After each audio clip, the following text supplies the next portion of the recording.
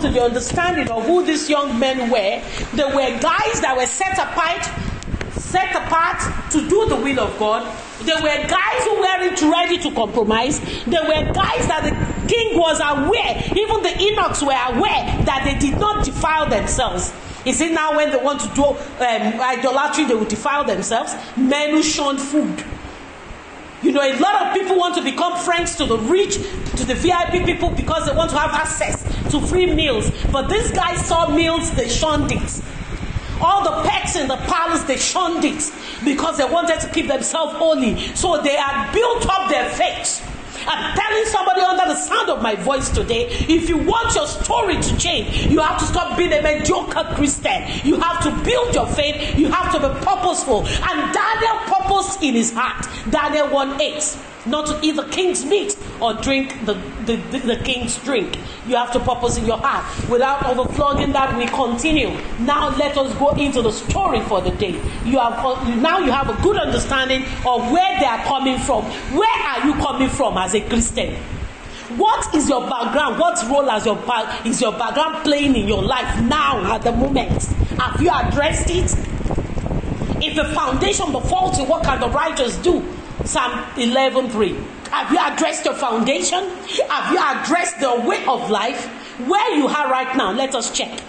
If you are in the case of this young man, will you have faith in the fire?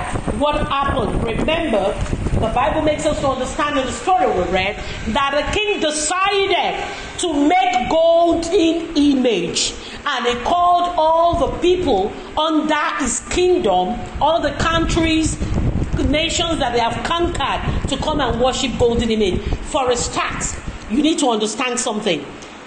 It is violation of the law of God to worship golden image. The Bible says in Exodus 24, ye shall not make for yourself a carved image, any likeness of anything that is in heaven or above, that is in the earth beneath, or that is in the water under the earth. So that king violated God's instruction on idolatry. What has become idol in your life? That is not even where we're going to. All that, we continue. When he decided to commit idolatry, he decided to involve other people, every other dignitary under him. Yes, you are a child of God. Where you're working, what have you identified to be against the standard of God? How are you partaking or participating in it? When the king set up the idol, he called all the VIPs in the kingdom. So you can agree with me that it was a party of creme de la creme. The VIPs were there. People fall over themselves to get IV to such parties.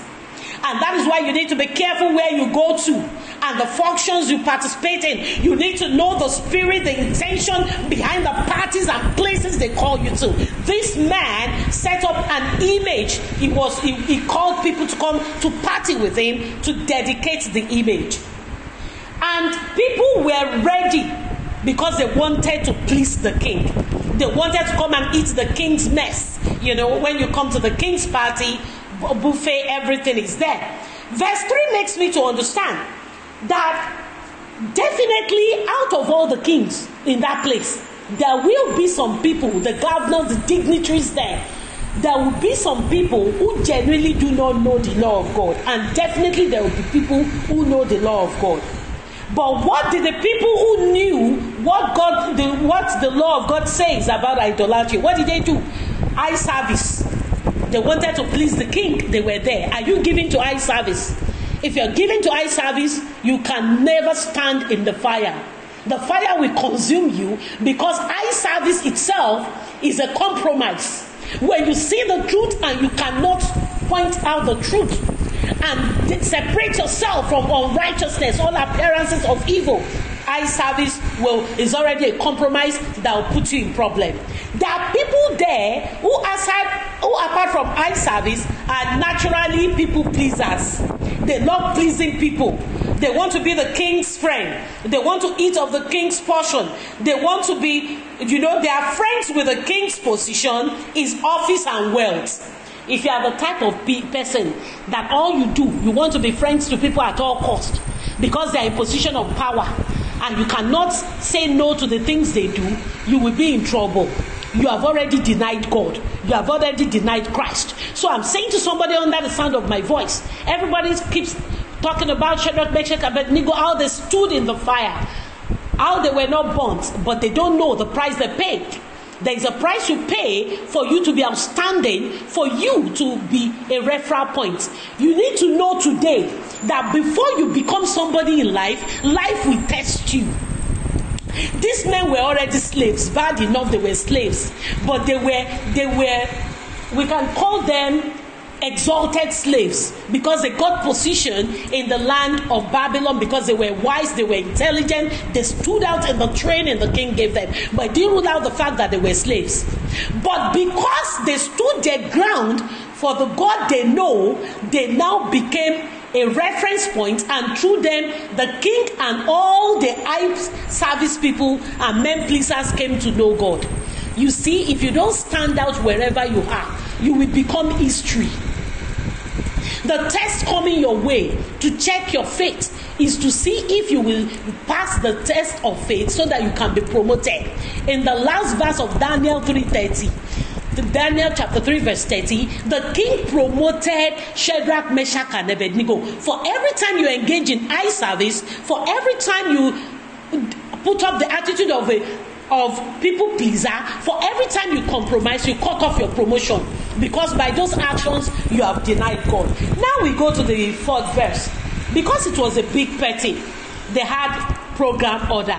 Part of the program order was for somebody to herald in the program, tell them what to be done. So they announced that when they hear the sound of music, lay and all of that, everybody should fall and bow. When you are to be tempted, they will present it before you. Nobody should say, I fall into temptation, I didn't know. James made it clear. It is only when we are carried away by that temptation and we fall into it. Nobody should claim that he didn't know. No, they will present it before you. They presented the instruction. When you hear the sound of the music, everybody should fall down and bow. So before you fall into sin, you will think about it in your heart, conceive it before you commit it. Sin doesn't jump on people. It matures. It informs you that I'm here. Will you partake? The choice is yours to say, no, I will partake. No, I will not partake. So when they gave the instruction, these 3 guys already made up their mind that this is it. Bad enough you invited us to your party, idolatry party. Now you're now saying we should bow. No, that's double jeopardy. So that was a second violation. Bowing to idol is a violation of Exodus 25. You shall not bow down to them nor serve them. For I, the Lord your God, am a jealous God, visiting the iniquity of the fathers upon the children to the 3rd and the 4th generation of those who hate me. So that second violation wasn't just for the king, it was for the people. The sin of idolatry was committed by Nebuchadnezzar by putting up the golden image, but he now wanted people to be part of the sin by asking them to bow to the idol. A lot of you will give excuse that, no, I'm not the one that did it. It's a sole person that did it. What about the part of that thing that person did that you participated in? So the second violation of the law of God was the inclusion of the people in the worship of the idol. How have you been misleading people? Bad enough you have missed it. You have compromised. Bad enough you are not saved. How are you leading other people out of Christ?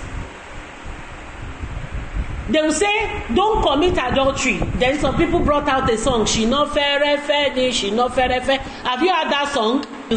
God said, do not commit adultery. Then a singer came out with a song, commit small adultery.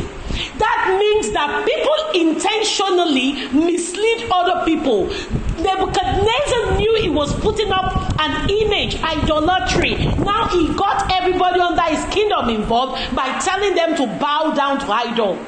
What are you doing in your company? You are stealing the government tax. You tell your staff that you are deducting tax for them at pension. When they retire, no money to collect.